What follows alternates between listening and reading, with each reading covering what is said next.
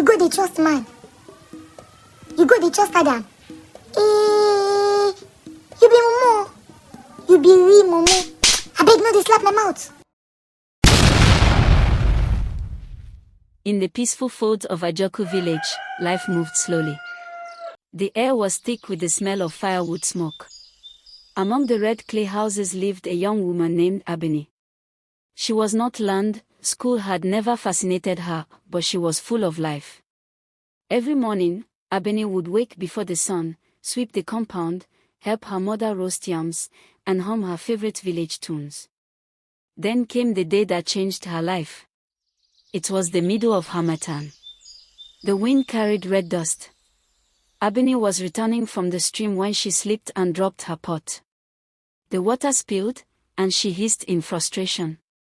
Just then, a tall, lean figure rushed forward. "Are you okay?" the stranger asked. She looked up. He wore glasses, had a stack of books under his arm, and a softness to his tone. He was not from Ajoko. "I'm fine," Abeni said, brushing herself off. "I'm Ode. I'm here to study at the Federal College," he said. "Abeni," she replied, eyeing him cautiously. That was the first of many meetings. Ode quickly became known in the village as the book boy, always walking with his nose in a textbook. But somehow, he found time for Abeni. She, who could barely read, was fascinated by his intelligence. He, tired of constant calculations and formulas, found solace in her laughter. They began to see each other more often. Abeni would sneak off to bring him roasted yam and plantain. She helped wash his clothes. On weekends, they would walk by the stream, laughing like they had nothing to lose. Then tragedy struck. Ade's father died suddenly. Ade was devastated. Worse, there was no money to pay his final year school fees. His mother could barely afford her own upkeep. Without hesitation, Abeni opened the wooden box beneath her bed and gave him her entire savings, money she had kept from helping her mother in the market. "Finish school, Ode," she whispered. "Make me proud." Ode took the money with trembling hands. "I'll never forget this, Abeni. Never." Ode graduated top of his class. Abeni threw a big celebration in their compound. Abeni's eyes sparkled with pride. Ade had done it. Top of his class in engineering. She and her mother had cooked from dawn till dusk, pounded yam, egusi soup, jollof rice, fried plantain. But after the ceremony, reality hit hard. Ode couldn't find a job. The city offered only closed doors. He returned to Ajoko with dusty shoes and heavier shoulders. He knocked on every door, banks, farms, offices, but the answer was always the same. "We'll get back to you." They never did. He came home one evening, shoulders sagging, trousers dusty, his file soaked with sweat. He stood at the gate of Abeni's house, ashamed. But she ran to him, hugged him, pulled him in like nothing had changed. "So what?" she said. "You can help me at the market. We'll fry yam and potatoes together." And he smiled, for the first time in days. So they began again. Every morning before sunrise, Abeni wrapped her headscarf and warmed the oil. Ode set up the wooden table near the market's edge. He called out prices, joked with customers, gave correct change with a proud smile. They were a team. Their laughter returned, rising like steam from hot oil. Passers-by came for the food, but stayed for the love they saw. They didn't make much, but it was enough. Enough for joy. Enough for hope. One night, after packing up, they chose to take a shortcut home. The path was silent. Too silent. Then they heard it. "Thief! Thief!" A group of armed robbers had just raided the fuel station. Police were on their trail. Ode and Abeni ran into a bush. Hearts pounding. Suddenly, something heavy crashed near them. A big black bag. They hesitated. Then opened it. Bundles of cash. Stacked. Untouched. Millions. They gasped. Before they could think, footsteps approached. The robbers were coming back. "Don't take the bag, throw it away," Abeni said with a trembling voice. Instead, Ode clutched the bag and ran. "Ode! Ode!" she screamed. He didn't turn back. The thieves emerged and saw Abeni alone. "Where's the money?" they barked. "He took it," Abeni cried. A slap knocked her to the ground. They aimed a gun. "Bring it now or die here." She screamed Ode's name again and again. "Ode, come out with the money." But Ode did not answer. They shot her leg. She screamed. She collapsed. Just then, police returned and shot 2 of the thieves. The others fled. But Ode was gone. So was the money. Abeni woke in a clinic. Her leg was bandaged, the damage was deep. She would limp for life. Villagers mocked her. She followed Book Boy and see what happened. Her friends disappeared. Only her mother stood by her side. But Abeni was broken. Ode was nowhere to be found. No calls. No letters. Just silence. She packed her bag one morning, wrote a note to her mother, and left for Lagos. The morning she decided to leave, she didn't wake her mother. She packed a small bag of clothes, wrote a note with shaky hands, "Mama, I'm going to Lagos. Don't come look for me. I will come back better, stronger. Forgive me." She walked to the motor park. She moved towards the bus waiting for passengers. Abeni turned back one last time, eyes filled with tears. Lagos was ruthless. She found shelter in the slums. Did menial jobs. Washed clothes, fetched water, scrubbed floors. People insulted her leg. Called her names. She cried most nights, but she never stopped walking. Soon, she got lucky, or so she thought. A woman in the market directed her to a household in Lekki. The gates were taller than any house Abeni had ever seen. Inside, marble floors shimmered. Abeni's wide eyes took it all in, the spiral staircase, the flat-screen TV, the chandelier like something from heaven. The madam, fair-skinned and wearing a silk robe, looked her up and down. "Do you know how to cook?" "Yes, ma." "Can you iron clothes?" "Yes, ma." "Are you very fast with chores?" "I will try more." On her first day, Abeni washed clothes for 4 children, mopped every room, cooked jollof rice, and cleaned the dog cage. She smiled through it all. But on the 6th day, she made a mistake. She forgot to put sugar in Madam's morning tea. A scream echoed through the house. "You village idiot," the madam shouted, and before Abeni could blink, a stinging slap landed on her cheek. She stumbled, her lips splitting, the taste of blood flooding her mouth. "I will send you back to your village naked," the madam barked, slamming the tray down. That night, Abeni curled up on a mat beside the washing machine. Her lips swollen. Her heart heavy. The next morning, she left without saying goodbye. Days passed. She hawked bananas on the roadside. Then she saw a vacancy for a sales girl in front of a pharmacy in Yoba. The pharmacist, a man in his 50s with a gold tooth and a belly like a calabash, welcomed her warmly. "You be arranging shelves, cleaning counters, nothing too hard." "I like clean girls," he winked. At first, it was fine. But by the 3rd day, he began to find excuses to brush past her. He would lean too close when she bent to stock paracetamol. He would pretend to adjust her scarf and let his hand linger on her chest. "Abeni, you are a fine girl, oh. Do you have a boyfriend?" he asked one day, his breath heavy with the smell of cigarettes. She avoided his gaze. "No, sir." By the 2nd week, he cornered her in the storeroom, hand reaching for her blouse. She ran. No salary. No apology. Only shame, and the lingering fear that this city was not built for girls like her. Then she met Madame Cynthia. A soft-spoken, wealthy woman who needed a cleaner. She hired Ebony to sweep her compound every day. She paid her well, even gave her food and clothes. For the first time in months, Ebony felt human. Until that day.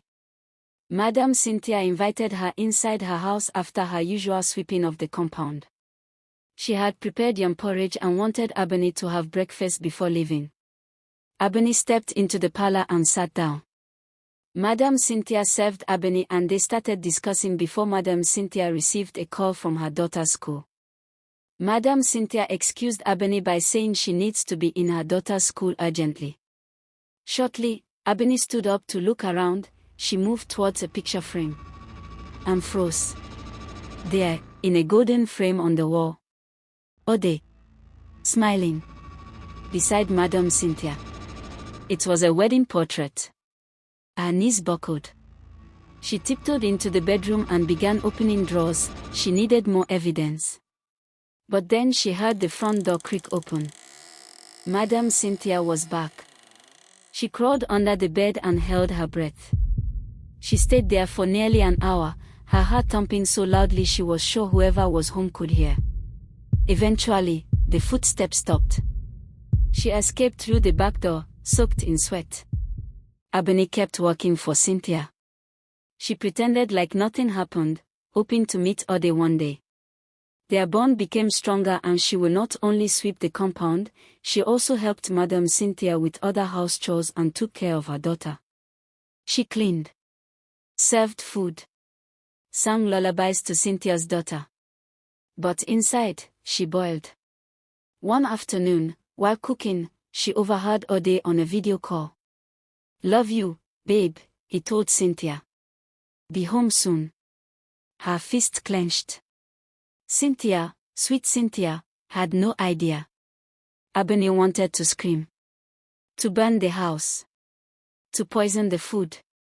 One day, she asked, "Madam, does your husband travel always?" "Yes," Cynthia said, smiling. "He's a very busy man. But he is coming back from Abuja this night. In fact, he will be home soon." That evening, while Cynthia went upstairs, Ebony stayed in the kitchen, preparing dinner. Then the door creaked. Ode walked in. He froze. "Ebony." She didn't speak. He stammered, I can explain." "You left me to die," she said, eyes burning. "I was scared. I panicked. You took the money, left me to bleed, and now you married this woman." Ode was too shocked. He wondered how Ebony got into his house. A week later, Ode met Ebony in secret. He handed her a brown envelope stuffed with 200,000 naira. "Leave Lagos. Start your life elsewhere. Just don't come near me again." Ebony took the money, but never stopped coming to the house. One day, Ode told his wife about how he felt uncomfortable whenever Ebony was around and that she should stop Ebony from coming to the house. He promised to get her a professional housekeeper. Cynthia was not happy with the decision because she liked Ebony but she had to obey her husband. The next day, Ebony came to the house as usual but she was stopped at the gate. The gateman did not allow her in. Ebony stood frozen. Her heart beat in her throat. Then, without a word, she turned and walked away. But only for that day. She returned the next day. Same result. She sat down by the gate and cried bitterly. The drama at the gate had not gone unnoticed. For 3 days, Ebony had come. Crying. Begging. Shouting Ode's name. Finally, Cynthia snapped. That day she confronted her husband. "Do you know Ebony? Have you met her before? Why does her presence trigger you? Why does she keep coming to the gate every day? Is there something that you are not saying, Ode?" She asked all at once. But Ode said he has never seen Ebony in his life before. But his voice was too quick. Too still. Cynthia didn't believe him, but she said nothing more. Not yet. Ebony had reached her edge. Shame had twisted into rage. She felt discarded, humiliated, like trash swept from a palace. She reached out to local boys. She got a pistol from them. Dressed in black. That night, she jumped the fence. Entered the kitchen. Ade and Cynthia came down. The noise had woken them. They saw her, eyes wide. "Confess, Ade," she said. "Ebony, let's talk." "Talk what? You said you don't know me. You watched me cry at your gate like a madwoman." She shot his leg. "Confess before I finish what I started." "I know you, Ebony, I know you. I was supposed to marry you, back in the village. But I left. I left you behind," Ode cried in pain. "Keep confessing," Ebony shouted. "I betrayed you. I was a coward," Ode said with tears in his eyes. Cynthia stood frozen, her mouth open in shock. Her knees gave way and she dropped to the floor. "What is this? What are you saying?" She ran from the room in a panic, to call the police. But the truth had already caught fire. Ebony's eyes turned red. Not with sadness, but with rage. Ebony turned. And shot Ode again. Ode collapsed. Police rushed in minutes later. Cynthia was screaming, pointing toward the kitchen. They found Ebony on her knees, not running, not shouting, just whispering, "I only wanted the truth." Ade died on the way to the hospital. Ebony was arrested, tried, and sentenced to life in prison.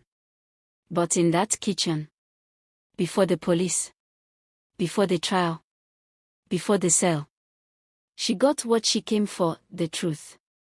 Bloody. Betrayed. But true. Before you go, let's take a moment to reflect on what this story truly taught us. 1. Never trade loyalty for greed. The moment Ode chose money over Ebony's life, it sealed both their fates. Loyalty is tested not in comfort, but in crisis. When you betray those who love you for fleeting gain, the consequences will find you, sometimes in ways you never expect. 2. Kindness without boundaries can be dangerous. Ebony gave everything, her savings, time, and heart, to Ode without protecting herself. While love and generosity are beautiful, they must be balanced with wisdom. Love must never blind you to red flags or compromise your dignity. 3. Pain ignored turns into destruction. Ebony's trauma was buried, never healed. It festered until it exploded in violence. Emotional wounds demand attention. Suppressed pain becomes poison.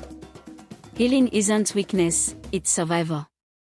4. Betrayal leaves scars that time alone cannot heal. Ade thought silence would erase the past, but betrayal lingers. When you harm someone deeply, pretending it never happened only deepens the wound. Face your past. Apologize. Make peace before it finds you. 5. The truth always comes out, often at a cost. Ade tried to erase Ebony from his life. But truth has a way of breaking through masks. You may hide your wrongdoings for a season. But the truth is like smoke, it always rises. Better to confront it before it confronts you. 6. Forgiveness is freedom, revenge is a prison. Ebony got the truth, but it cost her everything, her freedom, her peace, her future. Justice doesn't always come with violence. Sometimes, the strongest act is letting go. Revenge may feel satisfying, but it often leaves you emptier than before. If this story touched your heart, don't scroll away. Like, share, subscribe.